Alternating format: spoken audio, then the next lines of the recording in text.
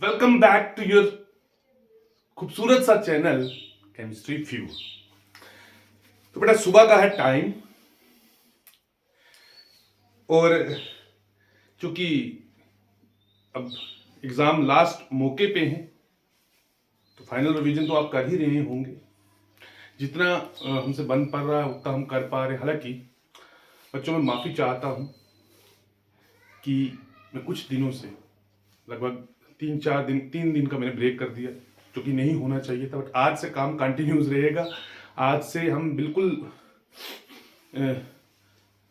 Continue करने वाले हैं, चाहे वो 10th हो, चाहे वो 12th हो, चाहे वो 11th हो। 11th 12th के तो हम मोस्ट इंपॉर्टेंट एक्सपेक्टेड क्वेश्चंस की बात कर ही रहे हैं, अलग अलग चैप्टर्स की। तो आज 12th क्लास के कोऑर्डिनेशन कंपाउंड्स की बात करें। बहुत मजेदार टॉपिक है। लास्ट टाइम हमने इसके डी और एफ ब्लॉक एलिमेंट्स के एक्सपेक्टेड टॉपिक और एक पूरा एक रोड मैप जिसको कहते हैं ना, वो आपके सामने रखा था बेटा। तो आई होप, मैं ये नहीं कह रहा कि ये क्वेश्चन इंपॉर्टेंट है, ये नहीं है। मैं बार बार यही कह रहा हूं, मेरे लिए हर क्वेश्चन इंपॉर्टेंट है और हर एक बच्चे के लिए हर एक क्वेश्चन इंपॉर्टेंट होना चाहिए। पर चूंकि अगर कुछ बच्चों ने नहीं पढ़ा, यदि कुछ बच्चे नहीं पढ़ पाए, कोई भी वजह रही हो, कुछ उनकी गलती रही हो, वो ना पढ़ पाए हो, किसी कारणवश वो ना पढ़ पाए, जो भी रहा हो, तो मैंने एक रोड मैप दिया है। प्रोबेबिलिटी के हिसाब से आपको बताया कि इसके आने के इतने चांसेस है, इसके आने के। और जब सिलेबस मैंने पूरा मेंशन करा, आज भी मैंने लगभग वही कहानी करी है कोऑर्डिनेशन कंपाउंड्स में भी। बेटा कोऑर्डिनेशन कंपाउंड्स में तो पहले ओवरव्यू करोगे ही ना चैप्टर का कि क्या होते हैं कोऑर्डिनेशन कंपाउंड्स। आप डी ब्लॉक एलिमेंट्स को पढ़ के आए हो, they have the tendency to form the complexes, है ना, वो कॉम्प्लेक्स बनाते हैं। तो वही कोऑर्डिनेशन कॉम्प्लेक्सेस होते हैं जहां पर एक सेंट्रल मेटल होता है, उसके साथ दूसरे ग्रुप्स ज्वाइन होते हैं जिनको लिगेंड्स कहते हैं, है ना। एक आयोनाइजेबल पार्ट होता है, एक नॉन आयोनाइजेबल पार्ट होता है। नॉन आयोनाइजेबल पार्ट को हम कोऑर्डिनेशन स्फीयर भी कहते हैं, है ना। तो ये है, ये याद रखना। तो सबसे पहले जो तुम देखोगे कोऑर्डिनेशन कंपाउंड और डबल साल्ट, इन दोनों का डिफरेंस देखें ना। कभी कभी मैंने देखा है कुछ पेपर्स में कुछ इस तरह का कंपैरिजन पूछ लेते हैं, भैया कि इनका डिफरेंस बता दो। हाँ, डिफरेंस बता दो कि भैया व्हाट इज कोऑर्डिनेशन कंपाउंड या व्हाट इज डबल साल्ट, ऐसे भी करके पूछ सकता है। लेकिन मुझे लगता है कि डिफरेंस की ज्यादा प्रोबेबिलिटी रहती है। तो इसको अच्छे से देख लेना, क्योंकि मैं इसको 100% इसलिए लगा रहा हूं। मैं ये नहीं कह रहा कि 100% तुमको पेपर में दिखेगा। ये 100% इसलिए लगा रहा हूं कि 100% तुमको पढ़ना है। मैं इसलिए 100% नहीं लगा रहा इस बेटा, ध्यान से देखो। मैं इसको 100% इसलिए नहीं लगा रहा कि पेपर में आएगा, डेफिनेटली आएगा। 100% का मतलब था डेफिनेट। बट मैं इसलिए लगा रहा हूं कि तुमको 100% पढ़ना है, क्योंकि ये ओवरव्यू का हिस्सा है, चैप्टर के ओवरव्यू का हिस्सा है। क्योंकि जेके बोस वाले 20 को पेपर है, आज 12 तारीख, लगभग 8 दिन है ना। तो 8 दिन में अब तुम जल्दी जल्दी में क्या कर पाओगे वो देख लो। ये इंपॉर्टेंट टर्म्स जो है ये तुम्हें देखनी है बच्चे। अभी मैंने कोऑर्डिनेशन स्फीयर का बात करा। देखो लिगेंड क्या होता है, लिगेंड तो तुम्हें पता होना चाहिए ना। कोऑर्डिनेशन स्फीयर क्या चीज होती है, कोऑर्डिनेशन नंबर क्या होता है, वेरी इंपॉर्टेंट, वेरी इंपॉर्टेंट। कभी कभी इस तरह टर्म्स पूछ लेता है, define the following terms, 3 number का क्वेश्चन बना के। A part ligand, B part coordination sphere and C part coordination number. आपको छोटा सा डेफिनेशन लिखनी है और एक एक एग्जांपल बना के दे देनी है, सिंपल सी। और अगर तुमने ओवरव्यू पढ़ा होगा तो ये तुम्हारे लिए हलवा हो जाएंगे फिर, समझ रहे हो। तो ये भी पढ़ना है, तो मतलब आज तुमको पढ़ना है, पढ़ के जाना है ये चीजें। क्योंकि ओवरऑल लास्ट के जो तुम्हें दिख रहे हैं ना, चौथा और पांचवा, 4th और 5th पेपर में तुमको ये 100% दिखने हैं। इन दोनों में से, मतलब 100%, दोनों में से, अगर दोनों कह रहा हूं 100% दिखने हैं। पूरे पूरे नहीं दिखेंगे बट दिखेंगे। चलो, तो लिगेंड जरूर देख लेना। कोऑर्डिनेशन स्फीयर क्या चीज है बेटा, कोऑर्डिनेशन नंबर क्या होता है वो देख लेना। और लिगेंड्स जब पढ़ोगे ना, लिगेंड्स, अलग अलग लिगेंड्स के नाम जरूर देखना बच्चे, वो तुमको मेमोराइज कर ले। जिन बच्चों ने पढ़ रखे एक बार लास्ट गो थ्रू जरूर कर, अच्छे से पूरे मेमोराइज कर लो। और जिन नहीं पढ़ रखे वो भी देख लो, कोई मुश्किल काम नहीं, आधे घंटे में तुम सभी को रिवाइज कर लोगे। अगर नहीं भी पढ़े, एक आधे घंटे में पढ़ के फिर शाम को रिवाइज कर लेना। तो टाइप्स ऑफ लिगेंड्स में भैया ये तो basic types, monodentate, bidentate, polydentate, ये तुमको पढ़ने हैं, ठीक है। और इनमें एक खास किस्म के लिगेंड्स आएंगे, ब्रिजिंग लिगेंड्स। ब्रिजिंग लिगेंड्स इनको जरूर देखना और इनकी 3-4 एग्जांपल अपने दिमाग में रखना, क्वेश्चन बन सकता है। What is bridging ligand, give examples. 2 या 3 नंबर का क्वेश्चन ये भी बन सकता है, ठीक है।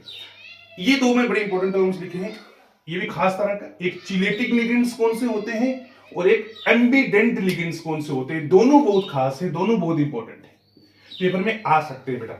Chelating ligands, ambident ligand sorry.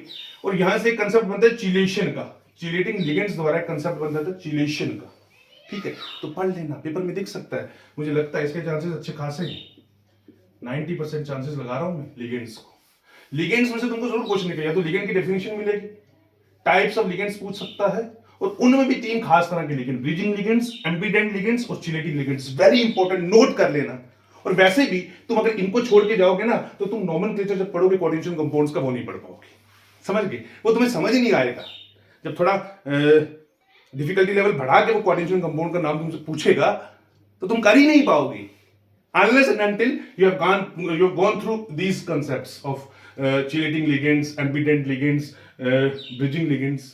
और अच्छी खासी तुम्हारे पास एग्जांपल होनी चाहिए इनकी, तीन चार एग्जांपल तुम्हारे दिमाग में रहनी चाहिए कि मौके पे, मोमेंट पे तुमसे कोई पूछ ले तो यू कैन आंसर दैट, है ना? समझो इस बात को, ये बहुत इंपॉर्टेंट है। हल्के फुल्के मत लेना चिलेटिंग लिगेंड्स को, एम्बीडेंट लिगेंड्स को और ब्रिजिंग लिगेंड्स को। क्वेश्चन बन सकता है, मैं बार बार कह रहा हूं, क्वेश्चन बन सकता है, मैं फिर कह रहा हूं, इस बार यहां से क्वेश्चन बन सकता है। Bridging ligands, ambident ligands, chelating ligands. Note my words, मुझे लग रहा है, गट फीलिंग आ रही है, बन सकता है क्वेश्चन, ठीक है, बन सकता है क्वेश्चन, चाहे 2 का ही बने, चाहे 3 का बने, लेकिन बन सकता है। ये जो मैं कह रहा हूं ना, मैंने 90% इसी लगाया इसको। ये जो है नेमिंग ऑफ कोऑर्डिनेशन कंपाउंड्स, अरे पूरा नॉमेनक्लेचर पढ़ना है, और 100% तुम्हें पेपर में दिखता है, ये तो तुम्हें भी पता है, ये तो तुम्हें भी पता है भैया कि ये 100% दिखने वाला है।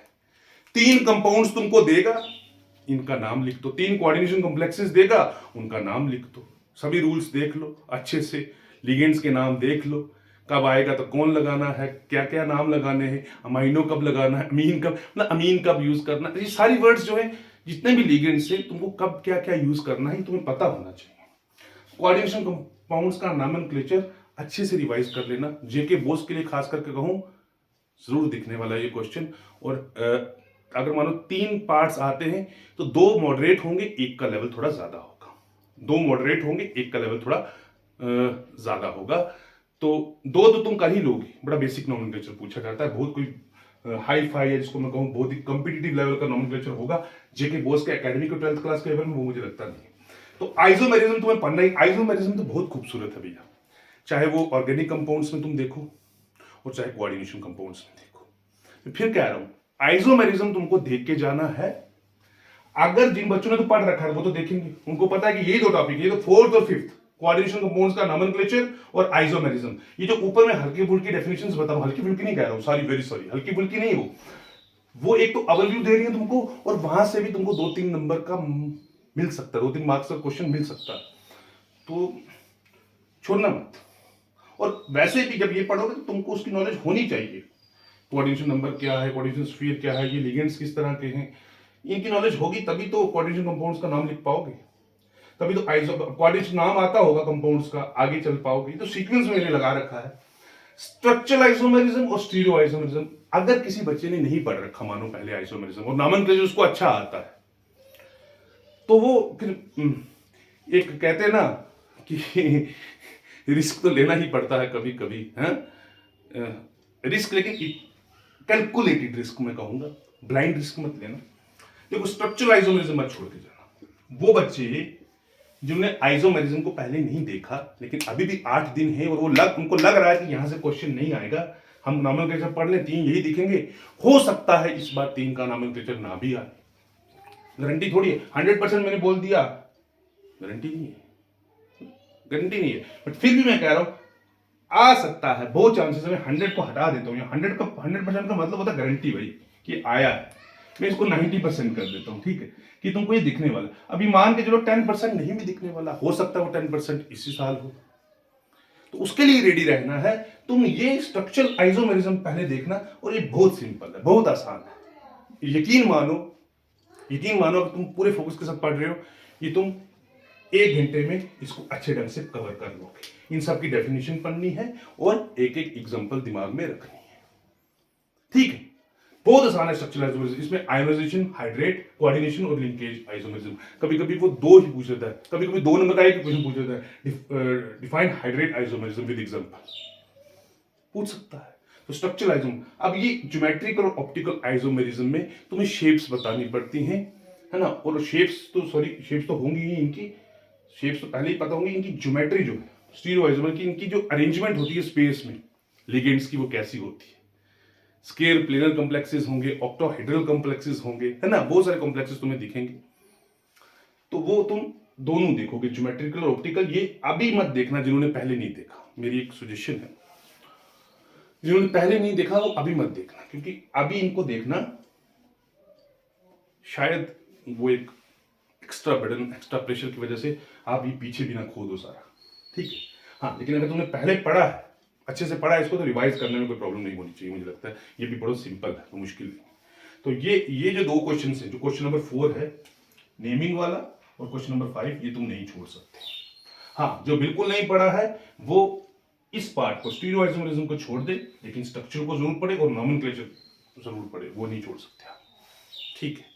तो चलिए, ये था कोऑर्डिनेशन कंपाउंड्स के साथ, एक स्ट्रेटेजी के साथ पढ़िए। ये नहीं है कि सीधा आए और उठ के चले गए और सिर्फ ये खाली आइसोमेरिज्म पढ़ लिया स्ट्रक्चर, वो तो वैसे भी समझ आने वाला नहीं है। अगर इस सीक्वेंस में चलोगे तो हो सकता है पढ़ भी जाओ। चलो, तो एक वेरी इंपॉर्टेंट अनाउंसमेंट करने वाला हूं कि कल जो आपको ऑर्गेनिक वाला पार्ट है, ऑर्गेनिक वाले पार्ट में जितने ऑर्गेनिक के चैप्टर्स जो रिएक्शंस वाले हैं, केमिकल रिएक्शंस वाले, चाहे हेलो एल्केन्स हो, हेलो एरीन्स हो, एल्कोहल्स, फिनोल्स, ईथर्स हो, जो भी हो, एल्डिहाइड्स, कीटोन्स, कार्बोक्सिलिक एसिड्स हो, मैं सब में से पिक करके टॉप 10 नेम रिएक्शन तुम्हारे सामने लाने वाला हूं। टॉप 10 नेम रिएक्शन, अलार्म लगा लेना। कल शाम को 6:30 बजे या 7 बजे, 6 और 7 के बीच, वो तो मैं तुम्हें बता ही दूंगा, आ जाएगा वो वीडियो। और प्रीमियर वीडियो तुम्हारे लिए होगा। जरूर पहले ही अनाउंसमेंट मैं इसीलिए कर रहा हूं क्योंकि तुम उस टाइम रेडी रहो। मैं नहीं चाहता कोई बच्चा उसको स्किप करे। बहुत इंपॉर्टेंट, टॉप 10, खासकर जेके बोर्ड वाले, क्योंकि जेके बोर्ड्स में मुझे लगता है, मेरी गट फीलिंग कहती है कि 70 से 80% चांसेस होते हैं कि नेम रिएक्शन को 2 पूछे, 20% नहीं भी है, ये भी दिमाग में रखना। तो अगर उन 70-80% को फॉलो कर लिया और नेम रिएक्शन आ गई, तो वो नेम रिएक्शन कौन सी हो सकती है, उसके लिए मैं टॉप 10 नेम रिएक्शन तुम्हारे सामने लाऊंगा, चारों चैप्टर्स की रिएक्शंस वाले, ठीक है, टॉप 10। और टॉप 10 में से फिर तुम देख लेना, एटलीस्ट वो जरूर पढ़ के जाना, जरूर तुम्हें उससे अंदर रिएक्शन मिलेगी। तो चलिए देखते हैं कि कल कितने बच्चे जुड़ते हैं। Anyhow, thank you very much, take very good care of yourself, will meet you soon, bye bye.